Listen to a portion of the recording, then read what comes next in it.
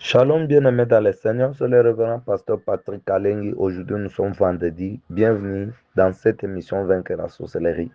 Aujourd'hui, le vendredi, c'est le jour où nous faisons la motivation pour la prière. Et demain, le samedi, nous faisons la prière pour la guérison miracle, la prière pour les malades. Voilà. Nous allons continuer donc la semaine prochaine par la grâce de Dieu avec notre enseignement sur la sorcellerie familiale.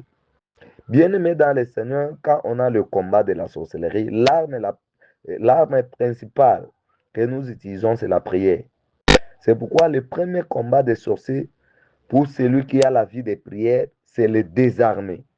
C'est t'empêcher à prier. Ils vont tout faire pour que tu ne puisses pas continuer à prier. Parce que quand tu pries, ça dérange.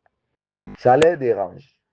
Parce que c'est une grande arme qu'ils utilisent, que toi tu utilises pour le combattre, pour détruire l'emprise de la sorcellerie sur ta vie. Alors ils feront tout pour t'empêcher à prier. Voilà. Pour te désarmer. Pour te désarmer. Ils peuvent le faire à plusieurs façons. Par exemple, user des charmes, des maléfices et de toutes sortes de moyens diaboliques pour faire de ta vie un cauchemar. En ce moment-là, vous n'arrivez plus à prier. Bloquer ton évolution en multipliant des obstacles qui te frustrent pour t'empêcher d'avancer dans la vie. Ça, c'est aussi un moyen pour t'empêcher à prier. Manipuler ta vie afin de te tourmenter. Quand tu es dans le tourment, là, tu n'arrives pas à prier parce que tu es tourmenté. Voilà. Alors, quand tu es tourmenté, tu n'arrives plus à prier. Et tu ne sauras plus prier, tu ne sauras plus avancer dans la prière. Voilà. Mais j'aimerais te dire aujourd'hui que ne tombe pas dans ces pièges-là. Ne tombe pas dans ces pièges-là. Si tu arrives jusqu'au niveau où tu n'arrives plus à prier à cause des problèmes, des soucis, sache que c'est déjà ta fin. Tu as signé ta fin. Alors, n'ose pas arriver là-bas. La Bible est claire en cela. Si vous lisez Exode chapitre 17, verset 11, la Bible dit, lorsque Moïse élevait sa main, Israël était le plus fort. Et lorsqu'il baissait sa main, Amalek était le plus fort. Élever la main, c'est signe de prière. Quand ta vie de prière est au top, tu es fort. Spirituellement, tu es fort devant l'ennemi. Mais quand ta vie de prière baisse, bien-aimé dans le Seigneur, je te dis, tu es faible. Et tu encaisses des coups. Tu encaisses des coups. C'est comme la plaque de réchaud. Quand c'est réchauffé, la mouche ne peut pas se placer dessus.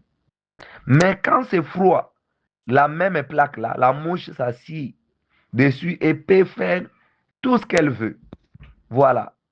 Le sorcier connaît parfaitement l'homme et ils savent que si tu commences à chauffer, tu commences à chauffer dans des prières, tu commences à chauffer, tu vas te décourager et abandonner.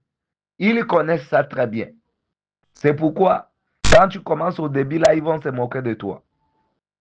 Quand tu chauffes avec tes prières, ils se cachent et t'observent de loin. Dès que tu arrêtes, c'est là où ils viennent t'envahir. Ils viennent t'envahir comme l'inondation. C'est pourquoi ils sèment le découragement, peut-être face à un échec. Tu as connu un échec, tu te décourages, tu ne pries plus. Tu ne pries plus. Beaucoup de chrétiens au monde, je te dis, sont tombés dans ces pièges de découragement. Ils ont connu des échecs. Il y a de ces chrétiens qui disent, mais j'ai beaucoup prié, j'ai semé, j'ai fait ceci. Donc, ils ont ce langage-là. J'ai beaucoup prié, j'ai semé, j'ai fait ceci, cela, mais rien ne marche. Oui, là, un tel chrétien qui dit de telles choses est déjà tombé dans le découragement. Dans le découragement. À cause de ces échecs. Tu as un problème, par exemple, de santé. Tu as prié, mais pas toujours de guérison. Et là, tu te décourages et tu arrêtes. C'est difficile de s'en sortir dans ce monde si on ne maîtrise pas comment le monde spirituel fonctionne. Dans le monde spirituel, la foi précède la réalisation des choses. Le parole précède la réalisation. Le pensée précède. C'est ça le monde spirituel. Mais le contraire de monde physique. Le monde physique, tu vois, et quand tu vois, tu as réalisé, ah, là, tu crois. Mais c'est contraire avec le monde spirituel. Par exemple, tu as sida, tu as cancer, tu as diabète. N'est-ce pas, sont maladies appelées incurables, n'est-ce pas? Logiquement parlant, dans ce monde, on les appelle les maladies incurables, n'est-ce pas? Mais Dieu les guérit. Est-ce que tu sais que Dieu guérit le sida? Dieu guérit le cancer? Dieu guérit le diabète? L'AVC, Dieu guérit? Mais ce n'est pas automatique cette guérison. C'est pas automatique. Je te dis clairement, ce n'est pas une guérison qui se fait automatiquement. Tu dois travailler pour cette guérison-là. Tu dois travailler spirituellement pour cette guérison. Est-ce que tu me suis attentivement? Je te donne juste un exemple des cas de VIH-Sida, cancer, diabète. Mais tu peux appliquer ça à n'importe quel problème que tu as dans la vie, la même procédure. Je vais prendre juste l'échantillon. Mais tu appliques la même procédure avec tout ce que tu as comme problème, comme situation. C'est la même procédure. Bien-aimé dans le Seigneur, comment, comment procéder pour obtenir cette guérison? Voilà. Comment travailler? Comme j'ai dit, tu dois travailler spirituellement pour ta guérison. Mais comment? La première chose, c'est la foi. Croire que tu vas être guéri. Amen. Croire que tu vas être guéri. Même si tu fais déjà les chimios, tu as atteint l'état de métastase dans le cancer, bien-aimé, tu crois toujours que tu vas être guéri. Amen. Tu crois toujours que tu vas être guéri. Ça, c'est une étape très importante pour la procédure de ta guérison miracle. Avoir une conviction que tu vas nécessairement être guéri. Peu importe la douleur, la souffrance, les conséquences que tu es en train de subir de cette maladie, le rejet, le moquerie, l'humiliation, de VIH-Sida, le traumatisme, mais dans ton cœur, tu crois que tu vas nécessairement être guéri. Maintenant, comment avoir cette foi? Comment avoir cette foi? Il faut lire la Bible, car la foi vient de ce qu'on entend, et ce qu'on entend vient de la parole de Dieu. Méfie-toi au mauvais entourage qui te fait croire que c'est fini pour toi, qui te fait croire que c'est fini, que ça ne marche pas, que c'est fini. Méfie-toi. Accroche à la parole de Dieu qui dit la vérité. Seule la parole de Dieu dit la vérité. Méfie-toi au résultat que les médecins te donnent, au pronostic des médecins qui te dit désolé, en tout cas avec ces cas c'est difficile, en tout cas il faut seulement accepter, il faut seulement accepter ta situation parce que ça ne se guérit jamais, ceci, cela. Méfie-toi à tous ces dires-là, à tous ces pronostics-là. Si tu es quelqu'un spirituel, tu te méfies, même si ton entourage te décourage. C'est le cas avec Bartimée. Tout le monde dit arrête-toi. Tu es en train de faire des bruits. Tu crois qu'il va t'écouter. Tais-toi, tais-toi, tais-toi. C'est la même chose aussi avec ta situation. Méfie-toi avec tout ce que les gens disent. Tout ce que les gens disent, tu te méfies de tout ça. Il faut lire la Bible. Il faut voir dans la Bible qu'est-ce que la Bible dit par rapport à ton cas, par rapport à ta situation. Méfie-toi au mauvais entourage. Il te fait croire que c'est fini pour toi. Accroche-toi à la parole de Dieu qui dit la vérité. Si la maladie persiste, si la maladie persiste, va dans la Bible. Qu'est-ce que la Bible dit par rapport à la maladie? Jérémie 30, 17. Je te redonnerai la santé. Je guérirai tes blessures, dit l'Éternel. Tu peux t'accrocher à une telle parole, n'est-ce pas? Partout où tu marches, tu récites ces versets. Tu récites ces versets. Quand tu pars à l'hôpital, le médecin te dit que ce cas, c'est difficile, c'est incurable. Tu lis la parole de Dieu. Tu déclares la parole de Dieu. Tu déclares la parole de Dieu. Jérémie 30 dit, je te redonnerai la santé. Je guérirai tes blessures, dit l'Éternel. Tu t'accroches à cette parole. Avec forte conviction que c'est la vérité. Matthieu 8, 17. Afin que s'accomplisse ce qui avait été annoncé par Ésaïe le prophète. Il a pris nos infirmités et il s'est chargé de nos maladies. Voilà. Jésus prit nos infirmités et il se chargea de nos maladies. Puisqu'il s'en chargea, pourquoi nous en charger? Pourquoi nous en charger? Pourquoi tu te charges de cette maladie, de cancer, de diabète, de sida, alors que Jésus s'est chargé de cela à la croix, selon la parole de Dieu? Tu lis cette parole, tu prends ça, c'est la vérité, avec forte conviction. C'est par là que tu as la foi, n'est-ce pas? C'est par là que tu as la foi. Tu t'accroches à cela. Tu t'accroches à cela. Matthieu a cité la parole qui est en Ésaïe 53, 4. C'est ça ce qu'il a cité. Et il y a d'autres références dans la Bible, par exemple 1 Pierre 2, 24. Lui qui a porté lui-même nos péchés en son corps sur le bois, afin que mort au péché, nous vivions pour la justice. Lui par le maîtrise duquel vous avez été guéris. D'après la Bible, tout a fait ses règles sur la déclaration de deux ou de trois témoins. Matthieu 18, 16.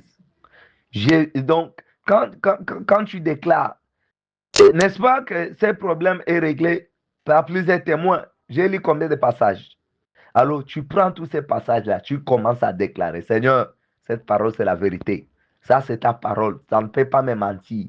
Moi, mon sida, là, je dois être guéri. Mon cancer, là, je dois être guéri. Mon diabète, là, je dois être guéri. En tout cas, je dois m'enfanter. Je dois enfanter. Je dois concevoir. Tu t'accroches à la parole de Dieu. Donc, avec une forte conviction, c'est ça ce qu'on appelle la foi. La foi vient de ce qu'on entend. Bouche tes oreilles à ce que les autres disent. Et plonge-toi dans la parole de Dieu. Plonge-toi dans la parole de Dieu. Et acceptez-vous donc, une fois pour toutes, dans votre intelligence et dans votre cœur, que Dieu veut que vous soyez guéris. Autant qu'il veut que vous soyez sauvés, Dieu pourvu à votre guérison physique, tout comme il pourvit à votre nouvelle naissance, à savoir au pardon des péchés et au fait de devenir une nouvelle créature en Jésus-Christ. Dieu pourvoit aussi à ta guérison. Voilà. Et tu continues à déclarer que Jésus lui-même a pris mes infirmités et s'est chargé de mes maladies. Pas besoin de me charger de ses dons, il s'est chargé. Puisqu'il s'est chargé de mes infirmités et de mes maladies, je suis guéri. Tu les déclares. Tu les déclares. Tu les déclares. Chaque matin, quand tu te réveilles le matin là, tu déclares, je suis guéri de sida. Je suis guéri de cancer. Tu le fais chaque jour, sans exception, sans interruption. Et tu crois dans ton cœur. Je te dis, si tu as déjà la foi, tu es déjà au point de vivre ton miracle. Amen. Le grand problème, c'est les gens commencent à croire au début. C'est au début que les gens commencent à croire. C'est au début que les gens commencent à croire au début. C'est quand tu as intégré la plateforme Vaincre la sorcellerie. Quand tu as écouté le témoignage, tu commences à croire. Premier samedi, tu as cru. Deuxième samedi, tu as cru. Troisième samedi, tu commences à te décourager. Ah, mais comment pour moi, ça ne marche pas, n'est-ce pas? Et tu arrêtes à croire. C'est ça le grand problème. Les gens commencent à croire au début et à un moment donné, ils arrêtent à croire. Ils ne continuent plus à croire. À cause de la durée de persistance de leur situation. Au début, là, tu crois, tu as espoir. Premier samedi, tu crois. Deuxième samedi, tu crois. Troisième samedi, tu crois. Quatrième samedi, tu es fatigué. Tu ne pries plus. Même des prières là de 21 heures, ah, ce sont des histoires, ça ne marche pas. Tu arrêtes. Tu arrêtes. Pas seulement ça, tu arrêtes même de croire. Tu ne crois plus. En réalité, tu ne crois plus. Tu commences à rencontrer aux gens que tu as tout fait, mais rien ne marche. Que pour toi là, ça ne marche pas toujours. C'est ça le grand problème avec toi. C'est ça. Et si tu persévères dans la prière et tu continues à croire, peu importe le temps que ça va prendre, ta solution finira à arriver. Amen. Peu importe la durée, le temps. La deuxième chose, c'est ton état d'esprit. Tu restes positif.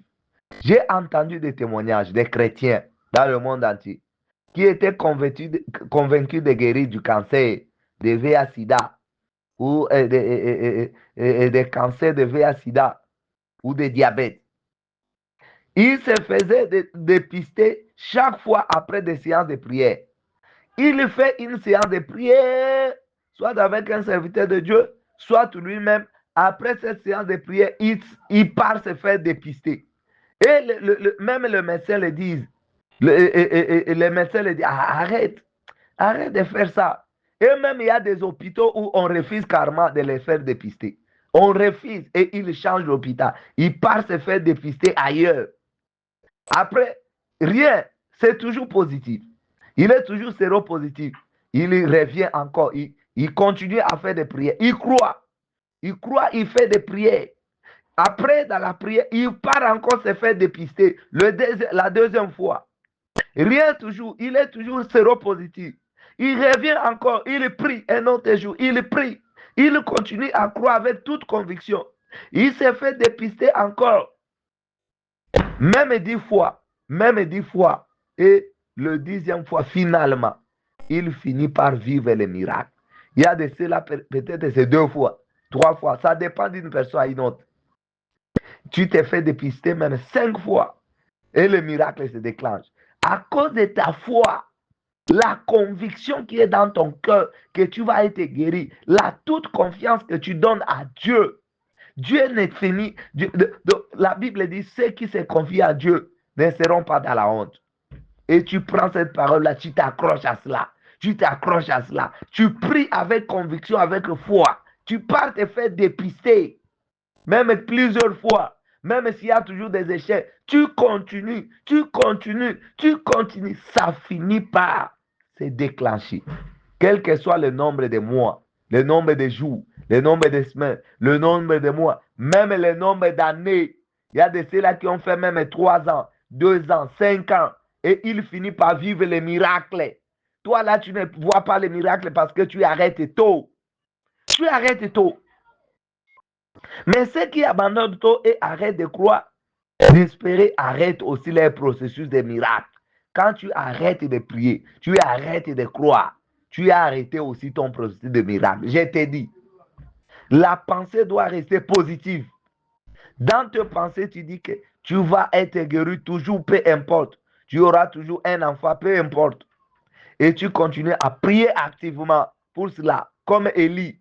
Tu ne croises pas les bras, tu ne changes pas le sujet, mais tu continues à prier activement pour le même sujet. Chaque jour, c'est comme si c'est la première fois que tu pries pour ce sujet-là. Tu pries sérieusement, comme si c'était la première fois que tu pries pour ce sujet-là. Et chaque jour, tu fais la même chose. Tu fais la même chose. Et autre chose à retenir, ce sont des déclarations. Chaque matin, tu devances l'aurore. Tu déclares des choses sur ta vie. Je suis séronégatif. Si tu es séropositif, tu déclares, je suis séronégatif. Je vais être guéri de sida. Je suis guéri de sida. Tu le déclares que je suis guéri de sida. Je ne suis plus PVV. Si tu as cancer, tu déclares que je ne suis plus, je ne suis plus malade de cancer. Si tu es diabétique, tu dis, je ne suis plus diabétique. Je suis guéri de diabète. Chaque jour, les matins là, tu les déclares. Tu déclares. Si tu es stérile, tu dis que je ne suis plus stérile. J'ai des enfants. J'aurai des beaux enfants. J'aurai des beaux enfants. J'aurai des bons enfants. Si tu n'as pas de mariage, j'aurai un bon mariage. J'aurai un bon travail. Je suis riche. Tu les déclares. Chaque matin, quand tu te réveilles, donc, le premier mot, tu déclares, je suis riche.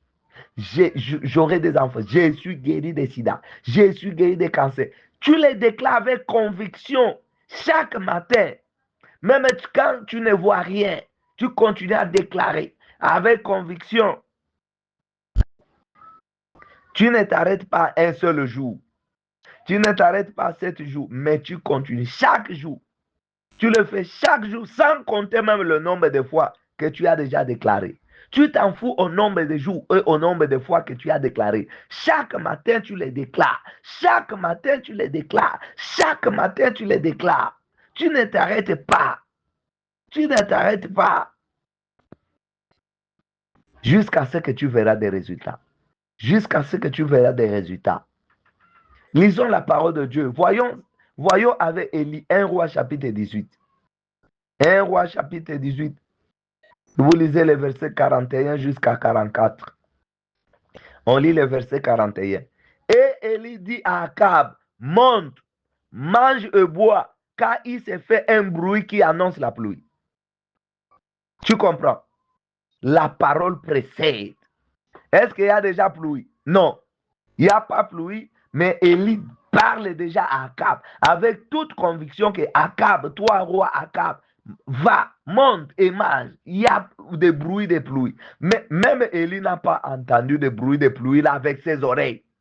Personne n'a entendu ces bruits de pluie. Mais comment Élie doit dire à Akab qu'il y a bruit de pluie? Akab aussi a des oreilles. Est-ce qu'Akab a entendu ces bruits de pluie? Non. Mais comment Élie a entendu ces bruits de pluie? En réalité, Élie lui-même n'a pas entendu ces bruits de pluie avec ses oreilles. Il n'a pas entendu. Mais il a dit quand même, avec foi, la parole qui précède l'exécution, qui précède la réalité.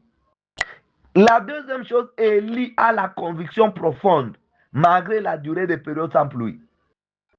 3 ans et 6 mois, il n'y a pas pluie. Mais Élie, quand même, il croit qu'il y a pluie cette fois-là. Autre chose, il prend même ses risques de dire à Akab avec conviction, sans avoir peur que si ça ratait, il sera pris comme menteur. Il a cette conviction. Il n'a pas peur. Il prend le risque quand même. Il dit à Akab, va, monte et mange. Car il y a pluie. Il y a déjà bruit de pluie.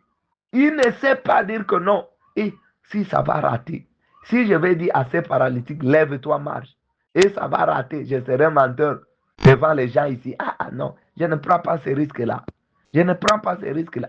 Allez prier pour un mort. Et si ça va rater, tous ces gens-là vont se moquer de moi, non. Non, non, non, non. Allez se faire dépister. Alors que moi, on m'avait déjà dit que je suis séropositif. Je rentre encore sur le même hôpital. On me dit, mais vous nous embrouillez pourquoi? N'est-ce pas? On va m'acculer. On va me gronder. Donc, tu vois, c'est ça le doute. Le doute. Le doute. Mais Élie a la conviction. Il dit à Akab, il prend quand même ces risques-là. Et sache que ce n'est pas Dieu qui a dit à Élie de dire toutes ces choses-là, de faire toutes ces choses-là. Dieu n'est pas dedans. Dieu ne l'a pas dit. Dieu ne l'a pas envoyé de dire tout ça. Dieu ne l'a même pas soufflé aux oreilles. Non, il n'a même pas rêvé. Est-ce que tu comprends? Élie n'a même pas eu un songe. Il n'a même pas eu un songe. Élie n'a même pas écouté une voix audible dans ses oreilles pour aller faire tout ça. Mais il est fait par la foi. Il est fait par la foi. Il sait qu'il va prier et que Dieu va exaucer. Amen. Élie sait qu'il va prier et Dieu va exaucer. Le verset 42. Akab monta pour manger et pour boire. Mais Élie monta au sommet du Carmel et se penchant contre terre et mit son visage entre ses genoux. Est-ce que vous êtes là? Est-ce que vous me suivez vraiment? Quand Akab monte, qu'est-ce qu'Élie fait? Élie aussi monte pour aller prier. Pour aller prier. Donc, il a confiance vraiment tellement à sa prière. Mais toi, tu n'as même pas confiance à ta prière là. Toi, tu pries, mais tu ne crois même pas à ta prière là. Tu ne crois pas. Et combien plus fort de raisons, disons, de nos prières de samedi là. Tu n'as même pas foi à nos prières là de samedi. Tu n'as même pas foi. Tu ne crois même pas que ça va marcher. Tu penses que c'est pour les autres. Mais les autres là, ce sont les mêmes personnes que toi. Pourquoi pas si c'est arrivé aux autres et pourquoi pas toi? Élie monte et parle quand même. Il pas prier. Le verset 44. Alors, septième fois, non, le verset 43, nous sommes au verset 43. Il dit à son serviteur, monte et regarde du côté de la mer. Le serviteur monta, il regarda et dit, il n'y a rien. Élie dit cette fois, retourne. Donc, Élie s'est mis à genoux, il prie. Il prie pourquoi? Il prie pour la pluie. Donc, il a un sujet précis. Ce sujet, c'est quoi? C'est la pluie. Il a quand même pris le risque pour dire à Akab d'aller monter, il y aura pluie. Et il doit aller prier. Il doit aller prier. Le sujet, c'est quoi? C'est la pluie. Mais il dit à son serviteur d'aller regarder le ciel. Le serviteur dit qu'il n'y a rien. Bien aimé, des fois, quand tu pries, tu vois rien. Il n'y a rien. Quand tu pries, tu n'as ni rêve, tu n'as ni mouvement. Alléluia. Rien ne marche. Rien ne marche toujours. Tu es bloqué même financièrement là.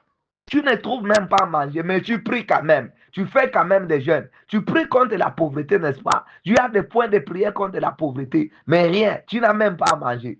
Tu vois que le soir est arrivé, tu n'as même pas trouvé à manger. Donc, vous êtes au point d'aller dormir sans manger. mais tu fais quand même des séances de prière. Tu comprends? C'est la même chose qui était arrivée à Élie. Il prie quand même sérieusement. Il s'est agenouillé en train de prier pour la pluie. Il envoie son serviteur. Le serviteur revient avec une mauvaise nouvelle. Que rien, il n'y a rien. Il n'y a rien sur le ciel, il n'y a rien. Mais ça pouvait décourager Élie. Élie ne s'est pas découragé. Élie ne s'est pas découragé. Il poursuit sa lutte. Son combat c'est quoi? C'est la pluie. Quel est ton combat? Quel est ton combat? C'est la guérison pour le sida. C'est la guérison pour les cancers. C'est la guérison pour le diabète. C'est l'enfantement, c'est le mariage. Mais tu commences et tu arrêtes. Tu commences et tu arrêtes. Tu commences et tu arrêtes. Tu vois maintenant, tu commences ton combat, mais tu arrêtes. Élie envoie son serviteur, il dit qu'il n'y a rien. Toi aussi dans ta vie, il n'y a rien, n'est-ce pas? Depuis que tu commences tes prières là, tu vois que les choses ne font que s'empirer davantage pour dire qu'il n'y a rien, n'est-ce pas? Mais cela doit créer le découragement, non? Tu peux te décourager. Tu peux te décourager, mais Élie ne s'est pas découragé. Il a envoyé 7 fois. Il a envoyé combien de fois? Il a envoyé combien de fois? Est-ce que tu peux répéter 7 fois? Si tu es en train de me suivre à partir de YouTube, tu peux écrire en commentaire 7 fois. 7 fois. Combien de fois? 7 fois. Première fois, rien. Il continue à croire. Deuxième fois, rien. Il continue à croire. Il ne se décourage pas. Toi, tu as déjà prié combien de fois? Tu es déjà découragé. Il y a des gens qui ne prient plus sur cette plateforme, qui ne suivent même plus nos prières de samedi, qui ne font plus de prières de nuit. Ils sont découragés. Ils disent que ça ne marche pas. J'ai beaucoup prié, rien ne marche, je n'ai rien vu. Je continue à avoir des cauchemars, je continue à avoir des problèmes. J'ai d'ailleurs fait la couche de nuit la nuit dernière. Mais comment je continue à prier? Non, j'arrête. Ils se sont découragés. Élie continue la démonstration de sa foi. Toujours les genoux et la tête courbée sur ses genoux. En train de prier, en train de prier, en train de... Bien aimé, la foi, c'est une ferme assurance. Une ferme assurance. Alléluia. Une ferme assurance. On parle d'une assurance, mais qui est ferme. Pas n'importe quoi, mais une ferme assurance. C'est ça ce qu'on appelle la foi. La foi. Ce n'est pas ce qu'on voit là. D'ailleurs, on dit une démonstration de ce qu'on ne voit pas. Donc, tu ne vois pas. Mais tu dis que je suis guéri de cancer. Je suis guéri de sida. Je ne suis plus PVV. Je n'ai plus de cancer. Je suis guéri. Le Seigneur m'a déjà guéri. Mais entre-temps, en réalité, tu as le cancer en toi. Mais tu déclares que tu n'as plus de cancer, que tu es déjà guéri, que le Seigneur t'a déjà guéri. Et tu arrives même au niveau de remercier le Seigneur que tu es guéri. Et tu fais même l'action de grâce. Tu prends, tu fais une offrande d'action de grâce. Tu vas donner, tu dis merci Seigneur parce que tu m'as guéri de cancer. Merci Seigneur parce que tu m'as guéri de sida. Merci Seigneur parce que je ne suis plus pauvre. Je n'ai plus de problème d'argent. Tu fais l'offrande. Tu vas donner, tu remercies Dieu.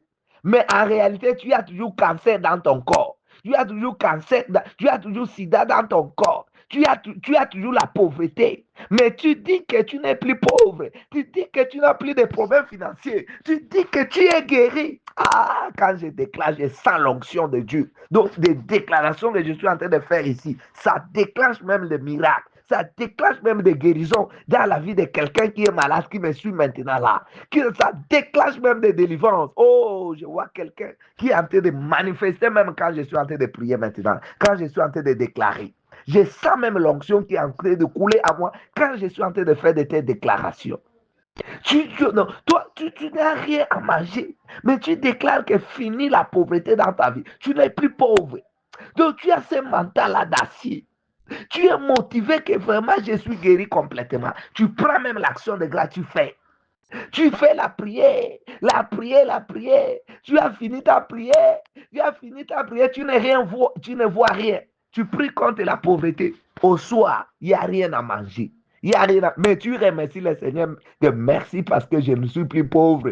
Merci parce que ma maison est remplie de la provision. Merci parce que ma maison est remplie de la provision.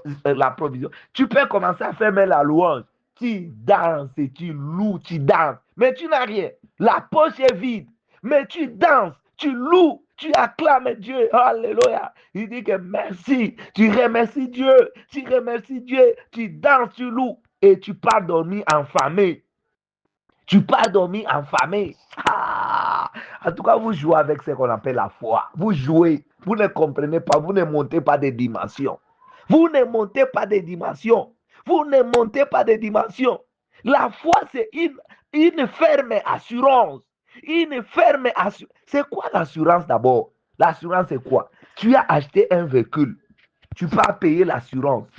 Quand ce véhicule-là tombe, quand ce véhicule commet l'accident, c'est l'assureur qui va prendre en charge pour te donner un nouveau véhicule. Est-ce que tu comprends? L'assurance. Donc, tu as l'assurance de la guérison, de l'enfantement. Même si tu as atteint 50 ans d'âge, tu as atteint 45 ans d'âge, tu as atteint la ménopause, tout le monde sait que tu n'auras plus d'enfant, mais toi, tu as une ferme assurance que tu auras l'enfant. Et tu le démontres par tes déclarations que j'aurai l'enfant. Tu donnes même le nom de cet enfant-là. Oh, mon enfant est beau. Et tu peux aller faire même la layette. Tu achètes les histoires de l'accouchement pendant que tu n'es pas enceinte. Tu vas acheter les choses de l'accouchement pendant que tu n'es pas enceinte. Alléluia. Bien aimé, nous manquons la foi, franchement. Nous manquons la foi. Sinon, on peut faire des miracles. Parce que la Bible dit que celui qui croit verra la gloire de Dieu. Mais nous croyons que nous avons la Bible.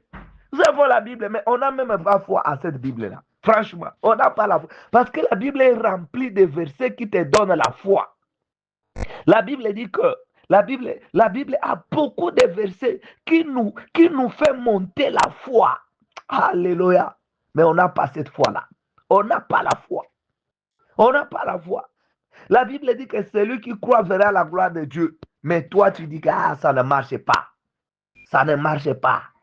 À cause d'un échec que tu as commis, tu as connu l'échec et tu dis que ça ne marchera plus jamais. À cause de l'échec que tu as connu.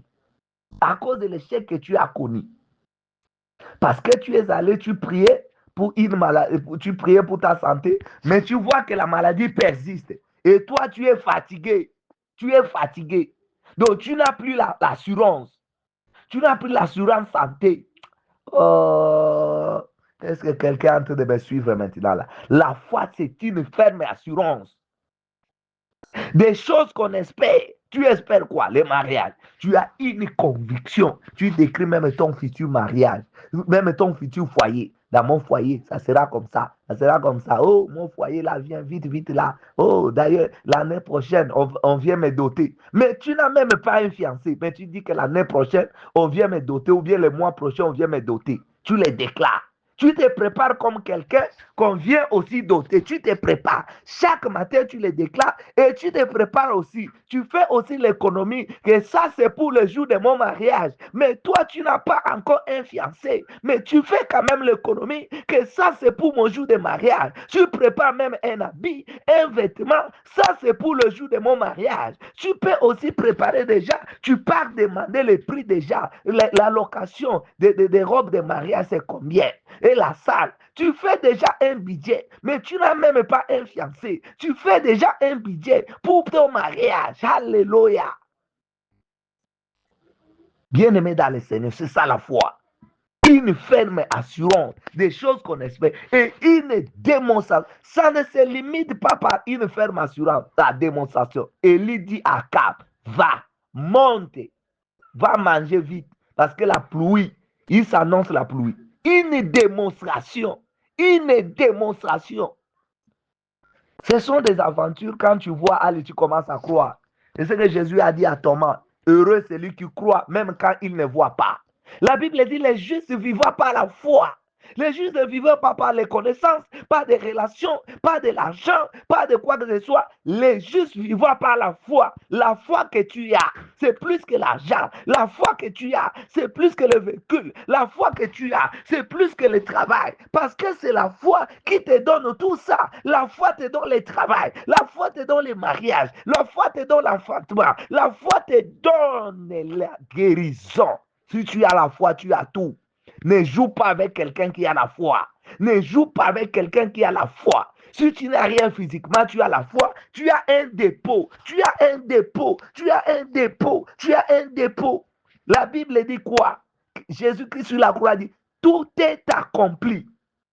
C'est-à-dire Jésus a tout dans les dépôts. La Bible dit que béni soit notre Père céleste qui nous a bénis avec toutes sortes de bénédictions. Ils sont dans les lieux célestes. Donc, toutes les bénédictions pour toi sont déjà là. Ta guérison est déjà là dans le dépôt céleste. Ton mariage est déjà là dans le dépôt céleste. Et ton argent est déjà là dans le dépôt céleste. Il suffit que tu puisses aller prendre dans le dépôt céleste pour l'amener dans le physique. C'est ce processus-là que tu dois faire. Et ce processus-là, tu dois utiliser la foi. C'est la foi qui doit aller prendre pour toi ce qui est comme bénédiction réservé pour toi dans les dépôts célestes. Aller le prendre pour les ramener vers toi. Pour les ramener vers toi, il faut la foi. C'est cette foi-là qui est le véhicule. C'est cette foi-là qui est le transport pour aller prendre des choses. Ils sont dans le dépôt céleste, dans le dépôt céleste, dans le dépôt céleste, dans l'invisible, pour les ramener chez toi sur la terre. Le transport là, c'est la foi. Le transport là, c'est la foi. Si tu n'as pas la foi, tu n'as pas le transport. Tes bénédictions vont rester dans le dépôt céleste spirituellement et tu vas continuer à souffrir dans ce monde. Tu vas continuer à pleurer, à te lamenter jusqu'à ce que tu auras la foi, une ferme conviction, une ferme assurance et une démonstration des choses que tu ne vois pas jusqu'à ce moment-là. Il faut apprendre à vivre par la foi. Quand tu vis par la vue, c'est fini. Quand ce que tu es en train de vivre là est terminé, c'est fini. Quand ta provision à la maison est finie, c'est fini, tu dors en famille, tu restes en famille. Mais quand tu vis par la foi, même quand la provision est finie, la foi va amener d'autres provisions. Alléluia. Quand tu vis par la foi, ce qui est terminé physiquement, spirituellement, il y en a. La foi va aller transporter pour te ramener. Alléluia. Dieu, c'est un Dieu. Le Dieu que nous servons là, c'est le Dieu des équations impossibles. C'est ce qui fait qu'il soit Dieu. S'il ne traite pas des problèmes impossibles à l'homme, il n'est plus Dieu. Il ne sera plus Dieu. Il est Dieu parce qu'il traite même des choses impossibles à l'homme. Il guérit même des maladies que l'homme appelle incurables. Et c'est ça, c'est ce qui signifie qu'il est Dieu. Alléluia. Oh, c'est quelqu'un en train de me comprendre ce que je suis en train de dire. Oh, 45. En peu d'instants, le ciel s'obscurcit par les nuages. Alléluia. Ça, c'est le résultat. Ça, c'est le résultat. En peu d'instants, le ciel s'obscurcit par le nuage. Le vent s'établit. Bien aimé, moi, je me rappelle ma fille, un jour comme ça. On l'a chassée de l'école, on l'a chassée parce que ces derniers temps-là, on n'avait même pas l'argent pour payer la scolarité de l'enfant. On l'a chassée. Quand elle partait à l'école, on l'a chassée.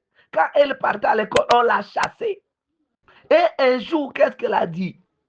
On est venu chasser dans leur salle de classe. Elle a dit au préfet qu'en tout cas, ne me chasse pas. C'était un certain vendredi, ne me chasse pas. Les lundis, je vais venir payer. Et les jours-là, le préfet est parti, n'a pas chassé. Alors qu'elle n'avait rien laissé à la maison, il n'y avait pas l'argent, il n'y avait rien.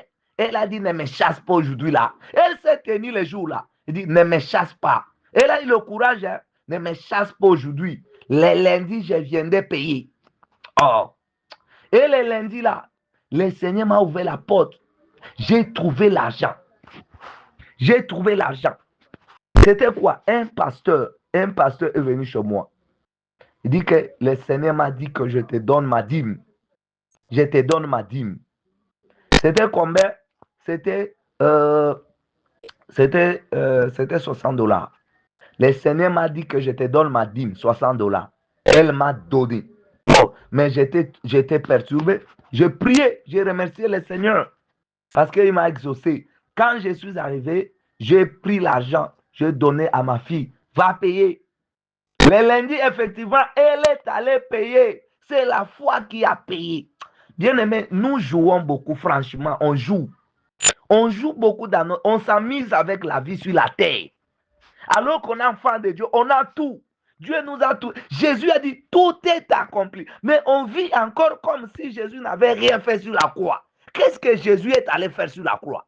Qu'est-ce que Jésus est allé faire sur la croix? Qu'est-ce que Jésus est allé faire sur la croix? On vit comme si Jésus n'a rien foutu à la croix, comme si Jésus est mort gratuitement, comme si Jésus est mort en vain sur la croix. La mort de Jésus à la croix n'est pas une mort là, vaine. Il n'est pas allé faire le tourisme sur la croix. Jésus n'est pas allé faire le tourisme sur la croix, mais on continue à pleurer. On continue à vivre comme si on est des orphelins. On continue à vivre comme si on n'a rien, comme si on ne paie rien. Non, la démonstration des choses qu'on ne voit pas. La démonstration. La démonstration. On croit au petit. Vous voyez la foi que les petits enfants ont. Le matin, l'enfant se réveille. Il a la conviction qu'il y aura la nourriture, que l'enfant va manger. Mais il ne connaît même pas la poche de papa. Vous voyez la foi? Tu pars quelque part, tu prends les taxis.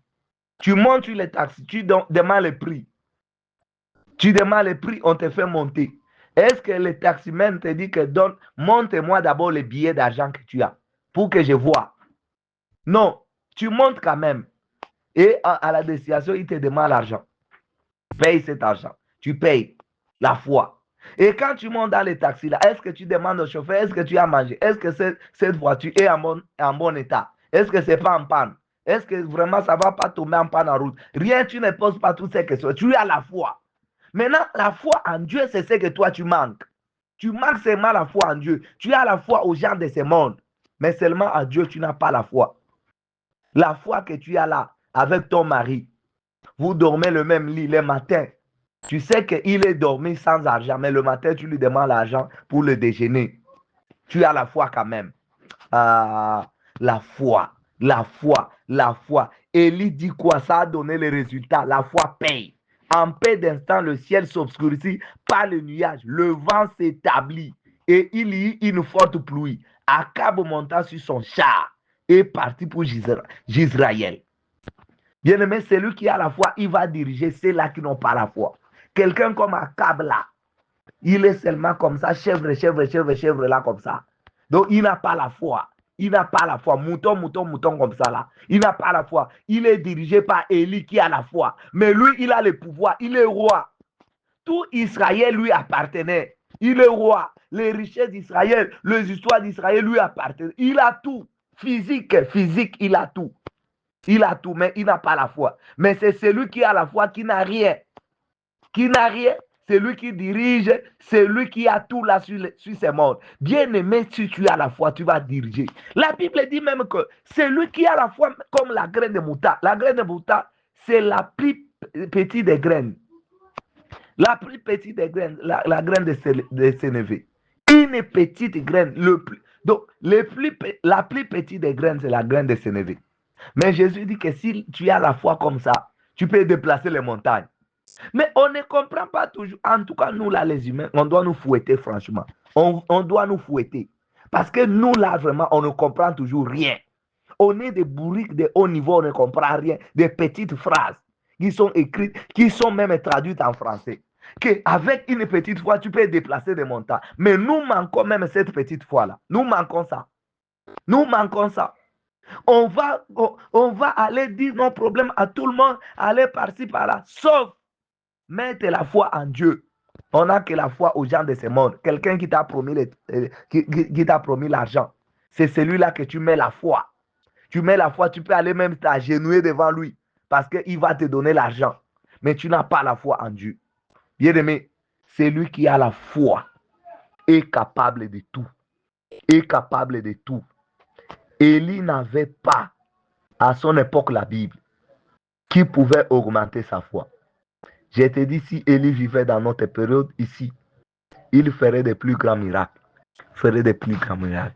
Que le Seigneur te bénisse. Demain, c'est la prière de guérison, miracle pour les malades. Soyez bénis. Bonjour.